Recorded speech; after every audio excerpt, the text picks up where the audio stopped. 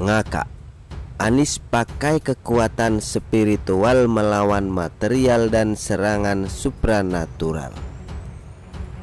Saya kira Anies ini merupakan salah satu bagian yang menghibur dari kontestasi Pilpres 2024 dengan caranya bermain kata-kata yang sebenarnya isinya itu kontradiktif. Misalnya, dia minta publik melihat rekam jejaknya di DKI Jakarta, padahal sudah jadi pengetahuan umum bahwa banyak program Anies yang gagal di Jakarta, seperti rumah DP 0. Banyak pula persoalan yang tidak diurus oleh Anies, seperti soal penyediaan fasilitas MCK dan penyediaan air bersih buat warga. Stadion JIS hasil ngutang ke pemerintah pusat yang kerap dipakai sebagai prestasi Anies pun lama-kelamaan terungkap banyak kekurangannya. Kemudian Anies juga selalu mengkampanyekan perubahan, tapi dia sendiri ogah memaparkan visi dan misinya. Capres kok nggak punya visi dan misi, maunya hanya bikin perubahan, tapi nggak tahu mau merubah jadi apa. Kan lucu ini. Lebih lucu lagi jika melihat apa kata Anies soal visi dan misi. Kata Anies, Indonesia dibangun dengan gerakan, bukan dengan program.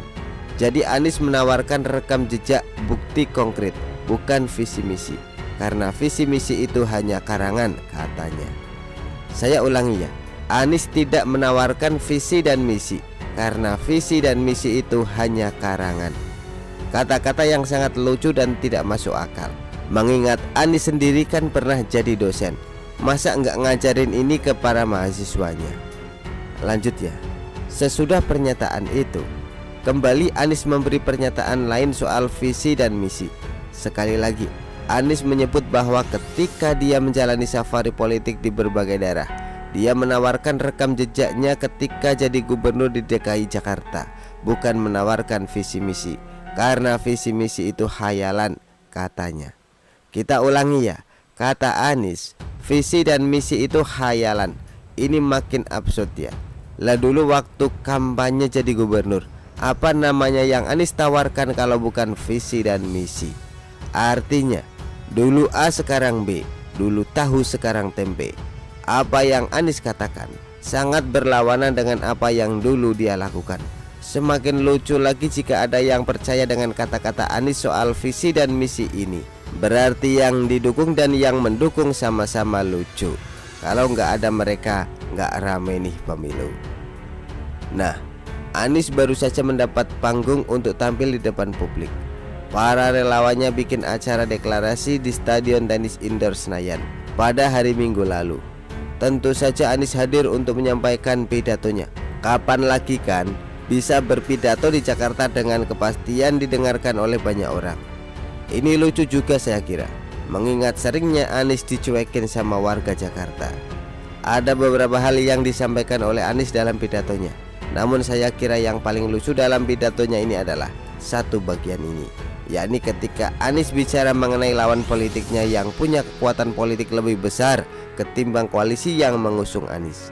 Karena kabarnya kan sedang ada pembentukan koalisi besar atau koalisi raksasa di kalangan partai-partai koalisi pendukung pemerintah Presiden Jokowi dalam kompetisi di 2024. Menurut Anies, dia dan para relawan akan berhadapan dengan lawan yang memiliki sumber daya yang luar biasa besar. Apa kata Anies? Ini ya kata Anies, kita tidak pernah gentar dengan kekuatan material, kita tunjukkan kekuatan spiritual kita. Kata-kata Anies ini bisa menimbulkan multitafsir ya. Yang lucu tentunya, Anies bilang dia tidak gentar dengan kekuatan material, seakan dia ini miskin, gak punya apa-apa. Padahal bukannya Anies suka naik jet pribadi ke berbagai daerah. Pesawat jet itu kan pastinya bukan milik Anies ya, namun penggunaannya pasti butuh dana yang besar, ya kan? Safari politik Anies dan berbagai door prize fantastis yang ditawarkan di berbagai acara Anies juga butuh dana besar. Hayo, siapa yang ngongkosin? Kekuatan spiritual juga bisa diterjemahkan dengan kekuatan goib. Apakah ini artinya Anies akan memakai pertolongan dukun untuk memenangkan Pilpres 2024? Ini kok sejalan ya dengan pernyataan Surya Paloh di media. Dalam wawancara dengan sebuah media, Surya Paloh mengklaim adanya penjagalan yang dihadapi oleh Anies Baswedan. Surya Paloh tidak mengetahui siapa yang menjegal Anies, namun katanya terasa bagaikan angin yang menyentuh tangan dan bahu. Ada desiran, tapi angin itu tidak bisa ditangkap. Begitu kata Surya Paloh. Dan Surya Paloh pun menyebut adanya kemungkinan penjegalan itu berasal dari supranatural. Wah, mainnya sudah dunia klinik ini. Ya bisa jadi ya, maksud Anies sejalan dengan apa yang dikatakan oleh Surya Paloh. Melawan serangan supranatural dengan kekuatan spiritual. Cinta ditolak, dukun bertindak.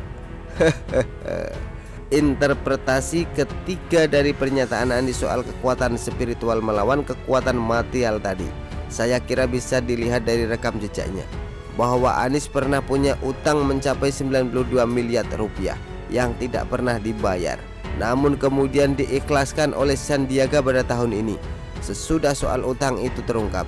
Jadi kalau tidak dirungkap, ya nggak bakal pernah dibayar. Ini sejalan dengan pernyataan Anies tadi ya, bahwa Anies melawan kekuatan material dengan kekuatan spiritual, melawan utang yang sifatnya material dengan tidak membayarnya, melainkan menunggu sampai diikhlaskan oleh yang ngasih utang tersebut. Begitulah berbagai interpretasi terhadap kata-kata Anies. Memang kubu Anies ini sukanya berlagak jadi korban, playing victim. Waktu safari politik di berbagai daerah katanya ada yang menghalangi. Lalu soal penjegalan Anies itu kan sudah digambar-gemborkan beberapa kali sejak tahun lalu oleh Demokrat dan sekarang oleh Surya Paloh. Seakan Anies ini jadi orang susah yang pantas dikasihani. Namun di lain sisi, katanya Nasdem dan PKS tidak khawatir soal elektabilitas Anies yang selalu berada di bawah Ganjar Pranowo dan Prabowo Subianto.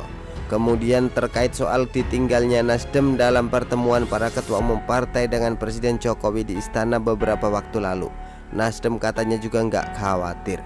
Terkesan sombong ya, nggak khawatir, tapi kemudian lempar isu penjegalan secara supranatural sehingga Anies memakai kekuatan spiritual.